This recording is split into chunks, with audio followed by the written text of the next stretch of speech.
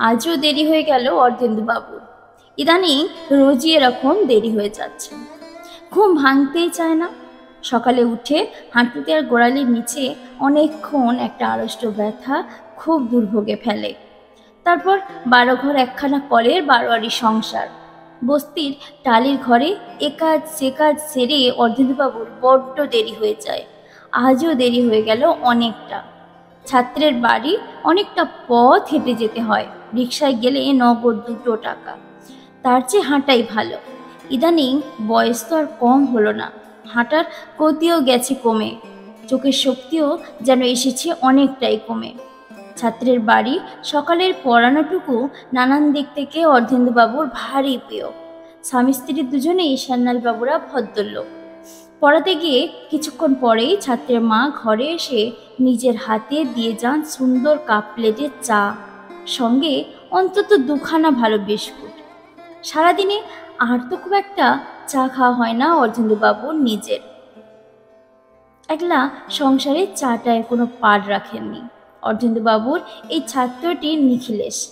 এমনিতে খারাপ নয়, তবে উঠতি বয়স, নানা আকর্ষণ, নানা দুষ্টুমি, দিন দিন বড় অমনোযোগী হয়ে পড়েছে। রেজাল্টও ভালো করছে না। এমনি নিখিলেশের মা অনেকবার হাসি মুখে অভিযোগ জানিয়েছেন ছেলের বৃদ্ধ টিউটরের কাছে। আপনি মাস্টার মশাই, একটু ভালো করে দেখুন ওকে, আর একটু সময় দিন, অত পড়েই না, আপনি এলে ওই যেটুকু ওর পড়া। তারপর দিন দিন বড্ড অবাধ্য আর জেদি হয়ে উঠেছে, আপনি একটু কড়া হন মাস্টার মশাই। আজ মৃত্যুপাড়ায় ঢুকেই অবনী ডাক্তারের চেম্বারে ঘড়িটা দেখলেন। না, সত্যি আজ বড্ড দেরি করে ফেলেছেন। নিখিলেশের পরীক্ষার সামনেই। বারান্দায় চটিটা রেখে ঘরে ঢুকে অর্ধেন্দুবাবু বসলেন তার নির্দিষ্ট চেয়ারে। ঘরের টেবিলের উল্টো দিকে চেয়ারে নিখিলেশ নেই। মিনিট কয়েক পরে নিখিলেশের মা ঢুকলেন, হাতে চায়ের কাপ, প্লেটে চা খেয়ে নিন মাস্টার মশাই। গৃহকর্ত্রীর কণ্ঠস্বরে যেন কেমন থমথমে ভাব। মাস্টার মশাই জিজ্ঞাসা করলেন, নিখিল বাড়ি নেই? নিখিলেশের মা এই প্রশ্নের জবাব দিলেন না, বললেন, চাটা খেয়ে নিন, আমি আসছি। কেমন অবাক লাগলো অর্ধেন্দুবাবু। এ বাড়িতে তিনি অনেক বছর ধরে আছেন, কখনো এই মহিলাকে এমন গভীর দেখেননি তিনি। নিখিলেশের মা আবার ঘরে ঢুকলেন থমথমে মুখে। অর্ধেন্দুবাবু বললেন, আজও বড্ড দেরি করে ফেললাম মা, আসলে বয়স হয়ে যাচ্ছে তো। একসময় একটুকু পথ 5 মিনিটে পেরিয়ে যেতাম হন করে, রক্তের জোর গেছে কমে।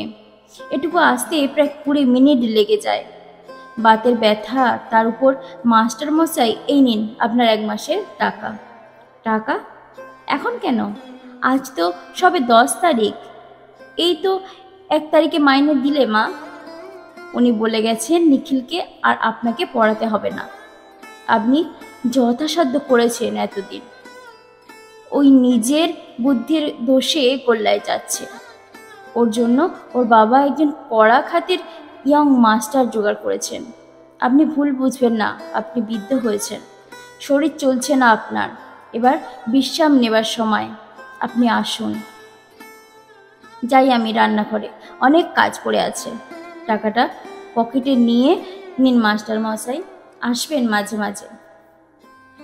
মফসলের মিল ফ্যাক্টরি এই আধা শহরে 9টার বাঁশি বাজছে। মিলের ভোরের শিফটের কর্মীদের এখন টিফিন হলো। রাস্তা জুড়ে এখন সাইকেল আর মানুষের ভিড়। কলকাতার অফিস বাবুরা উল্টো মুখে ছুটছেন স্টেশনে। কোলাহল, ভিড়, মৃত্যুপাড়া এখন সরগম। শুধু একটা খুব চেনা, খুব জানা ঘরের ভিতরে কাঠের চেয়ারে বসে অর্ধেন্দুবাবু, সব কোলাহলের বাইরে। এক আশ্চর্য স্তব্ধতায় থমকে বসে রইলেন, তারপর আস্তে করে উঠে দাঁড়ালেন। চাটা পুরো খাওয়া হয়নি। টাকার নোটগুলির দিকে তাকালেন, আর তারপর তাকালেন তার এতদিনের বসা সেই চেয়ারখানার দিকে। দামি শালখাটের শৌখিন চেয়ার, এ বাড়ির রুচি আর অর্থের ঝাঁপ লাগা। সেই চেনা চেয়ারটার পিঠে হাত রেখে একটু দাঁড়ালেন।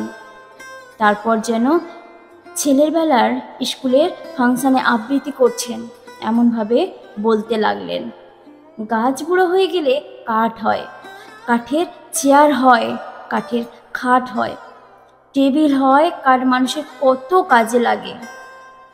মানুষ বুড়ো হয়ে গেলে তিনি না পরের লাইনগুলো ভুলে গেছেন। কিছুতেই মনে আসছে না।